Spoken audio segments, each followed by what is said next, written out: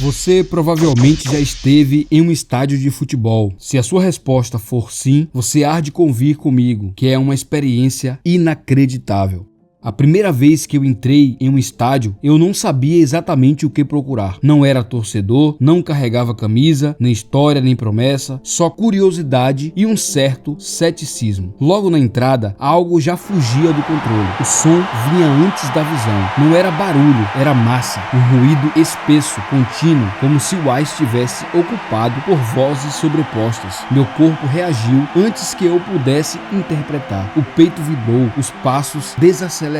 Quando vi o campo, houve um breve estranhamento. O gramado parecia menor do que na televisão. O que o tornava imenso não era o espaço, mas o entorno. Pessoas por todos os lados, em pé, sentadas, abraçadas, gritando para algo distante, mas emocionalmente próximo demais. Sentei tentando manter alguma distância interna, como quem observa um experimento, mas isso durou pouco. Aos poucos percebi que não estava mais apenas olhando, estava sendo incluído. O canto coletivo não pedia permissão. Ele entrava pelos ouvidos e se alojava no corpo. Quando notei, meu pé marcava o ritmo. A garganta ensaiava ações que não tinham dono. O primeiro lance perigoso foi quase violento. Um movimento súbito da multidão, todos se levantaram ao mesmo tempo, como se obedecessem a um comando invisível. Senti um empurrão leve nas costas, não agressivo, mas inevitável. Um grito nasceu no meu peito, sem passar pelo pensamento. Gritei, só depois percebi. Ali entendi algo desconfortável. Eu não precisava acreditar em nada para participar, bastava estar presente. O estádio fazia o resto. O tempo perdeu a forma, não era um minutos, era tensão contínua. Quando a bola se aproximava do gol, o ar ficava pesado. Quando se afastava, vinha um suspiro coletivo, como se milhares de pulmões compartilhassem o mesmo alívio. No gol, houve um instante de suspensão. Não ouvi o som imediatamente. Primeiro veio o impacto físico. Gente pulando, braços desconhecidos me envolvendo, corpos colidindo sem hostilidade. Depois o rugido, um som primitivo, quase animal. Não era alegria individual, era explosão coletiva. Sorri e me surpreendi, não pela vitória, mas pelo pertencimento repentino. Eu não conhecia aquelas pessoas, provavelmente não as veria de novo. Ainda assim, por alguns segundos, éramos um só corpo vibrando. Quando o jogo acabou, a sensação foi estranha. Um vazio rápido, como acordar de um sonho compartilhado. As pessoas se dispersaram, os rostos perderam a expressão, o estádio esvaziou e junto dele, algo em mim também se retirou. Saí em silêncio, não virei torcedor, não mudei de opinião sobre o futebol, mas saí entendendo algo fundamental sobre o ser humano. Há forças coletivas que não convencem, arrastam, e gostando ou não, pela primeira vez eu havia sentido isso no corpo. Percebi que é dali que nascem os torcedores, que converterão aqueles que não terão a mesma oportunidade de participar de um evento semelhante. Algo havia realmente acontecido naquele espaço, que para muitos é um templo sagrado.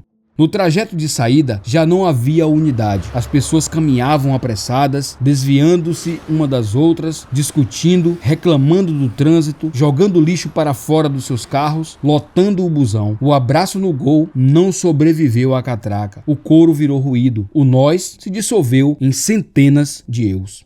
Foi ali que eu percebi. O que vivi não foi exatamente coesão, foi sincronização.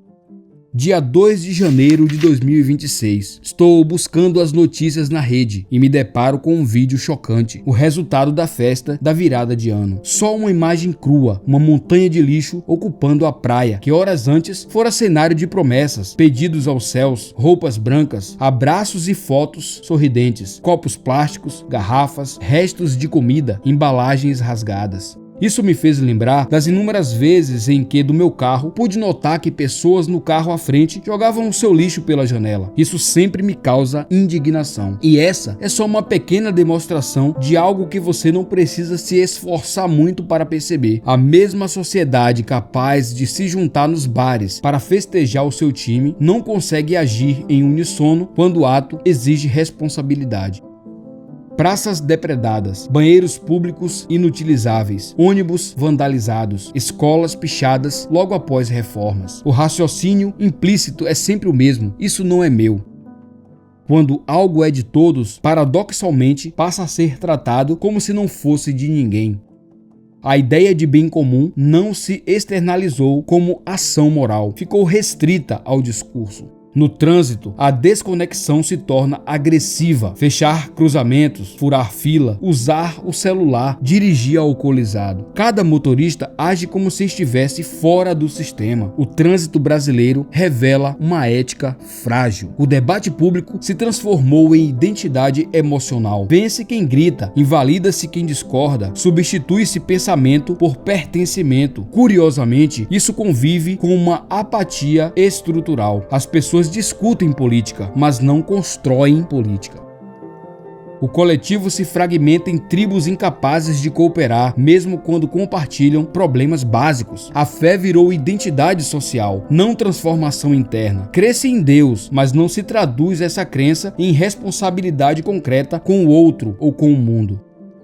Mas daí você pode me criticar e alegar que o futebol não tem nada a ver com isso. Será mesmo? Vem comigo. Embora codificado na Inglaterra no século XIX, o futebol nasce fora da elite refinada. Ele emerge entre operários, estudantes pobres e trabalhadores urbanos recém-saídos do campo. Na Inglaterra industrial, a elite praticava esportes nobres, cricket, remo, tênis. O futebol era visto como bruto, caótico e violento. Mesmo quando chega às universidades, ele é tolerado, não celebrado. Rapidamente, porém, o futebol escapa do controle acadêmico e desce às fábricas e bairros operários. Nesse estágio, o futebol é identidade de classe, espaço de pertencimento dos excluídos, ritual dos que não tinham acesso à cultura formal. Entre os anos de 1920 a 1950, a urbanização acelerada e o crescimento das massas, a elite percebe algo crucial. Quem controla os símbolos, controla o imaginário. Nos anos de 1950 a 1990, ocorre a virada decisiva. Com rádio, televisão, crescimento urbano e um pouco de tempo livre do trabalhador, o futebol se torna o maior espetáculo coletivo do planeta. O futebol é visto como entretenimento das massas, válvula de escape, algo que não é coisa séria. A divisão simbólica permanece. Elite pensa, povo joga e torce. Nos anos de 1990 a 2000, o futebol vira ativo financeiro internacional. Clubes passam a ser marcas globais, plataformas de investimento, instrumentos geopolíticos. Nesse momento, a elite não só administra, ela entra em campo, economicamente falando. A partir dos anos 2000 até os dias atuais, executivos, políticos e empresários percebem: futebol gera status, aproxima do povo sem vivê-lo, cria uma imagem de pertencimento popular controlado, tornar-se torcedor, investidor ou dirigente vira estratégia social. O que isso revela no fundo?